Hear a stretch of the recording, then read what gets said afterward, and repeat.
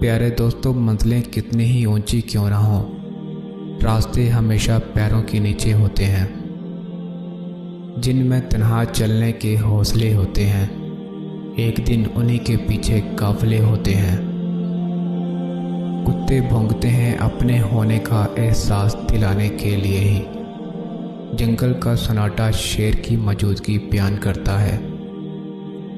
خواہشوں سے نہیں گرتے پھل جولی میں، وقت کی شاخ کو میرے دوست ہلانا ہوگا۔ کچھ نہیں ہوگا اندھیروں کو بوڑھا کہنے سے، اپنے حصے کا دیا خود ہی جلانا ہوگا۔ اگر انسان کسی صحیح راستے پر گامزن ہے تو منزلوں کے حصول کے لیے کسی جلد بازی کی کوئی ضرورت نہیں، کیونکہ بڑی کامیابیاں ہمیشہ دیر کے بعد آتی ہیں۔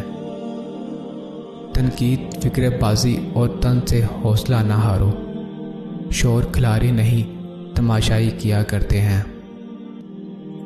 اگر تم اس وقت مسکراتے ہو جب تم پوری طرح ٹوٹ چکے ہو، تو یقین جانو کہ دنیا میں تمہیں کوئی توڑ نہیں سکتا۔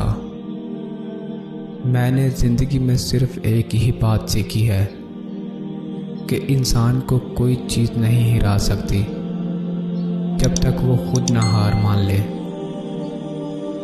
محنت اتنی خاموشی سے کرو کہ تمہاری کامیابی شور مچا دے۔ چونٹی اگر کسی راستے سے گزر رہی ہو اور آپ اس کے سامنے انگلی رکھ دیں تو وہ آپ کی انگلی اٹھنے کا انتظار نہیں کرے گی، بلکہ اپنا راستہ بدل کر اپنی منزل کی طرف چل پڑے گی۔ اس لیے کسی ایک راستے کو بند پا کر تھک ہار کر نہیں بیٹھنا چاہیے، بلکہ راستے اور بھی ہیں اور روزی دینے والی ذات آسمان میں ہے۔ بعض اوقات وہ کسی چیز سے محروم کرتا ہے تاکہ تمہیں اس سے بہتر عطا کرے۔ ہر طوفان آپ کی زندگی کو تباہ کرنے کے لیے نہیں آتا، کچھ طوفان آپ کے راستے صاف کرنے کے لیے آتے ہیں۔ اگر راستہ خوبصورت ہے تو معلوم کرو کہ کس منزل کو جاتا ہے، لیکن اگر منزل خوبصورت ہے تو راستے کی پرواہ نہ کرو۔